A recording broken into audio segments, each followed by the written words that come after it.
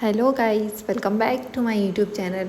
सो guys, आज मैं शाम को पढ़ाई करने बैठ पाई थी क्योंकि दिन में मैंने 2 मूवी देख ली थी। मैंने सोचा था कि आज जैसे ही काम कंप्लीट होगा वैसे ही मैं पढ़ाई करने बैठ जाऊंगी, बट मैंने ऐसा नहीं किया था। अभी 3-4 दिन से पढ़ाई कर रही थी और कल जैसे ही काम कंप्लीट हुआ था तो आज मौका था कि मैं आज अच्छे से पढ़ाई करने बैठ जाऊँ, बट मैंने ऐसा नहीं किया। आज मैं खाना खाने बैठी तो सामने टीवी चल रही थी और टीवी में 2 अच्छी मूवी आ रही थी। तो पहले मैंने हम दिल दे चुके सनम ये मूवी देखी और उसके बाद दिल है तुम्हारा। ये 2 मूवी मैंने देखी बैक टू बैक। और फिर उसके बाद शाम को मैं पढ़ाई करने बैठी। और फिर शाम को मैं जब पढ़ाई करने बैठी तो मैं सोच रही थी कि मुझे कहाँ से पढ़ाई शुरू करनी चाहिए, मतलब सबसे पहले क्या पढ़ना चाहिए। तो फिर मैंने सोचा कि सबसे पहले तो मैं ये देखती हूँ कि आरआरबी का एक एग्ज़ाम कैसा आता है, मतलब मॉक लगाती हूँ। वैसे तो मॉक अलग होते हैं जो एग्ज़ाम में आते हैं, मतलब मॉक बहुत ज़्यादा टफ़ दे देते हैं, जबकि एग्ज़ाम इतना कोई टफ़ नहीं आता है, एग्ज़ाम ईजी ही आता है। तो फिर भी लेकिन मैंने सोचा कि लगाती हूँ मैं मॉक और देखती हूँ मेरी स्पीड वगैरह क्या है अभी एग्ज़ाम के हिसाब से। तो फिर मैंने मॉक लगाया था और ये देखो, जब मैं पढ़ाई करने बैठी थी तभी मुझे नींद आने लगी थी। मतलब अभी मेरी पढ़ाई से इतनी दुश्मनी हो गई है 2-3 दिन से पढ़ाई नहीं की है तो, कि जैसे ही पढ़ने बैठती हूँ वैसे ही नींद आ जाती है। पता नहीं है मेरा क्या ही होने वाला है, आगे मुझसे कैसे कैसे पढ़ाई होगी। अभी तो अर्थमेटिक भी शुरू करनी है, उसमें तो मुझे सबसे ज़्यादा नींद आती है, उसकी क्लास देखते देखते मैं सो जाती हूँ। तो मैंने पहले प्रैक्टिस मॉक पे चेक किए थे, बट वहाँ पे कोई भी मॉक नहीं थे। वहाँ पे बस सेक्शनल टेस्ट थे और वो भी कहीं कहीं के तो कमिंग सून लिखा था, मतलब थे ही नहीं वहाँ पे। फिर मैंने अड्डा पर ही शुरू किया और अड्डा पर वही दिक्कत हुई कि जो मैं मॉक लगाती थी उसका आखिर में रिज़ल्ट नहीं बताते थे। फिर मैंने बाद में उसे फ़ोन में चेक किया, लैपटॉप में तो नहीं बताया था, बट फ़ोन में रिज़ल्ट बता दिया था। फ़ोन में रिज़ल्ट अकेला दिख जाता है क्योंकि हम जो टेस्ट लगाते हैं उसके ऊपर लिखा रहता है एनालिसिस और रीअटेम्प्ट। तो मुझे एनालिसिस करके मुझे पता चल गया था कि मैंने कितने क्वेश्चन अटैम्प्ट किए, तो उसमें से कितने सही निकले।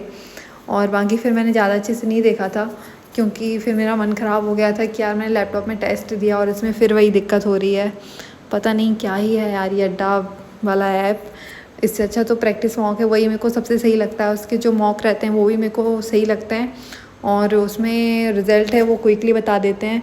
इसमें अगर थोड़ी सी भी नेटवर्क प्रॉब्लम होती है, जैसे कि हॉटस्पॉट मिला हुआ है और नेटवर्क नहीं है, तो उसका पूरा जो पड़ेगा इम्पैक्ट वो पूरा रिज़ल्ट पे पड़ जाएगा और रिज़ल्ट नहीं बताएंगे, समथिंग वेंट रॉन्ग लिखा आ जाएगा।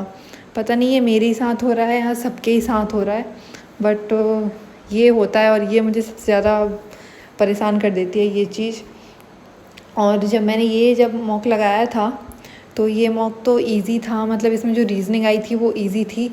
टोटल 40 क्वेश्चंस थे, उसमें से मैंने 28 किए थे, 28, हाँ 28 समथिंग किए थे। और फिर उसके बाद मैंने किए थे मैथ्स में, मैंने बहुत कम किए थे। रीजनिंग में तो ठीक कर लिए थे, लेकिन मैथ्स में मैंने 7 क्वेश्चंस किए थे, उसमें से 2 DI थी। DI ईजी थी बट मैंने उनको सॉल्व नहीं की। पता नहीं क्यों, मैंने जैसे ही रीजनिंग सॉल्व की मैथ्स करने बैठी फिर मेरा पढ़ाई में मन नहीं लग रहा था इतना ज़्यादा। वैसे तो मैं शाम को पढ़ाई करने बैठी थी, उसके बाद भी मेरा इतना कम मन लग रहा था कि मैंने वो दोनों DI सॉल्व नहीं की। मैंने सोचा कि चलो इनको बाद में सॉल्व करती हूँ, और फिर बाद में भी मैंने DI सॉल्व नहीं की। और जो सिम्प्लीफिकेशन के कुछ क्वेश्चंस आए थे बस उनको सॉल्व किए थे, और उसके साथ ही मैंने नंबर सीरीज़ भी सॉल्व नहीं की थी। जो मिसिंग नंबर सीरीज़ आई थी, रॉन्ग तो थोड़ी सी टफ होती हैं बट मिसिंग नंबर सीरीज़ तो इजी ही होती हैं, वो भी सॉल्व नहीं की थी मैंने। बस 7 क्वेश्चंस किए थे, वो भी सिम्प्लीफिकेशन के थे। और स्टार्टिंग में पूरे मैं अर्थमेटिक दे रही थी तो मेरा दिमाग ख़राब हो गया था कि यार दीदी ने मुझे बताया था कि आरआरबी में तो सिम्प्लीफिकेशन ज़्यादा देते हैं, तो ये जो मॉक लगाया मैंने इसमें ज़्यादा से ज़्यादा अर्थमेटिक क्यों दे दी है। मुझे अर्थमेटिक देख के तो भी बहुत ज़्यादा गुस्सा आ जाता है क्योंकि मैंने अभी उसे इतने अच्छे से पढ़ी नहीं है। कुछ ही टॉपिक किए हैं मैंने, उसके पूरे नहीं किए हैं, और वही टॉपिक आ जाते हैं जो मैंने पढ़े नहीं है। तो फिर मुझे स्टार्टिंग इतनी बुरी हुई थी इसकी, मैथ्स का जो सेक्शन आया था मॉक में उसकी स्टार्टिंग भी बहुत बुरी हुई थी। तो मेरा मन ही नहीं कर रहा था कि आगे मैं इसको सॉल्व करूं, बट मैंने सिम्प्लीफिकेशन के कुछ क्वेश्चन सॉल्व कर लिए थे। और फिर उसके बाद मैंने देखा कि इसे अब मैं सबमिट करती हूँ। टाइम भी बचा था, 20 मिनट मिलते हैं इसमें और 5 मिनट बचे हुए थे, और उसके पहले की जो 5 मिनट थे वो भी मैंने ऐसे ही निकाल दिए थे शुरू के 10 मिनट में ही मैंने 7 सिम्प्लीफिकेशन क्वेश्चन सॉल्व किए थे। और फिर बाद में मैंने जब इसे सबमिट करने गई तो इतनी ज़्यादा दिक्कत हुई, सबमिट ही नहीं हो रहा था। ये हॉटस्पॉट मतलब वाईफाई कनेक्ट था, लेकिन उसके बाद भी ये सबमिट नहीं हो रहा था। तो बहुत देर परेशान होने के बाद मुझे फ़ोन में दिखा कि मैंने जो 35 क्वेश्चंस किए उनमें से 5 गलत निकले, 3 सही निकले। और फिर ये मैंने डिटेल में देखा नहीं कि कौन सा सही निकला, कौन सा गलत निकला, उसके मतलब कौन से रीजनिंग में कितने गलत निकले, मैथ्स में कितने गलत निकले। वैसे तो 5 रीजनिंग में ही गलत निकले होंगे, क्योंकि मैंने सिंप्लीफिकेशन किया था तो उसमें गलत होने के ज़्यादा चांसेस होते ही नहीं है। बट मैंने एनालिसिस नहीं किया था, जो कि करना चाहिए, लेकिन मैं नहीं कर पाई थी। और फिर उसके बाद मैंने रीजनिंग की क्लास शुरू कर दी थी सौरभ सिंह सर की, जो कि पज़ल की थी।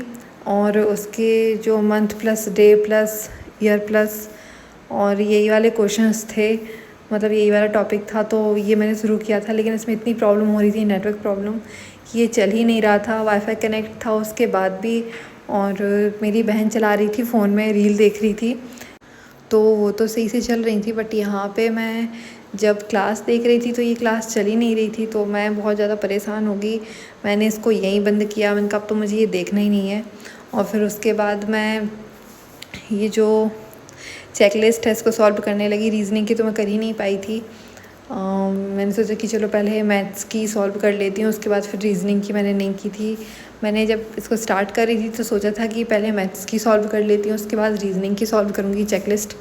बट फिर बाद में मेरा पढ़ाई का मन नहीं हुआ, मेरे को नींद आने लगी थी, तो मैं सो गई थी। मैं बहुत ज़्यादा केयरलेस हो रही हूँ पढ़ाई को लेके। अभी तो एग्ज़ाम भी आने वाले हैं, इस टाइम पे तो ऐसा बिल्कुल भी नहीं करना चाहिए। और कल तो मैं बहुत बड़ी बड़ी बातें बोल रही थी कि कल से इंग्लिश पे ध्यान दूँगी, अच्छे से पढ़ाई करूँगी, बट आज मैं नहीं कर पाई। तो अब नेक्स्ट डे के लिए रखते हैं ये टारगेट, कल से अच्छे से पढ़ाई करनी है मुझे, और कल से करनी ही है। अभी मेरी स्टडी टेबल भी पूरी सेट नहीं हुई है, तो मेरा इस वजह से ही पढ़ाई में मन नहीं लग रहा है। बट कल मैं अच्छे से सेट कर लूँगी सब कुछ, उसके बाद पढ़ाई करने बैठूँगी। और इसकी भी मैंने इतनी बड़ी जो चेकलिस्ट दिखा रही हूँ, इसमें अर्थमेटिक भी है और स्पीड मैथ भी है और डीआई भी है। तो मैंने इन तीनों को सॉल्व नहीं किया था, बस स्पीड मैथ के कुछ क्वेश्चंस किए थे जिसमें मैंने सिंप्लीफिकेशन किया था, क्वाड्रिक तो मैंने किया नहीं, और कुछ सीरीज़ की थी और एक डीआई की थी। इससे ज़्यादा मैंने डीआई भी नहीं की, बहुत ही कम सॉल्व किया था। मैथ्स में भी मैंने, पता नहीं क्यों पढ़ाई में मन ही नहीं लग रहा है कि अच्छे से पूरा बैठ के सॉल्व कर लो। ये जो चेकलिस्ट है इतनी बड़ी, इसको तो मैंने अभी तक पूरा सॉल्व कभी किया ही नहीं है। मतलब जो भी चेकलिस्ट शुरू करती हूँ उसको पूरा कंप्लीट तो मैंने अभी तक कभी कर ही नहीं पाई हूँ। चलो अर्थमेटिक नहीं होती है, लेकिन उसके साथ मैंने कभी पूरी स्पीड मैथ और डीआई सारे साथ में कंप्लीट नहीं किए हैं। एक दिन करूँगी मैं अच्छे से ऐसे। सो गाइस, अभी मैं अपने ब्लॉग को यहीं ख़त्म करती हूँ। बाय।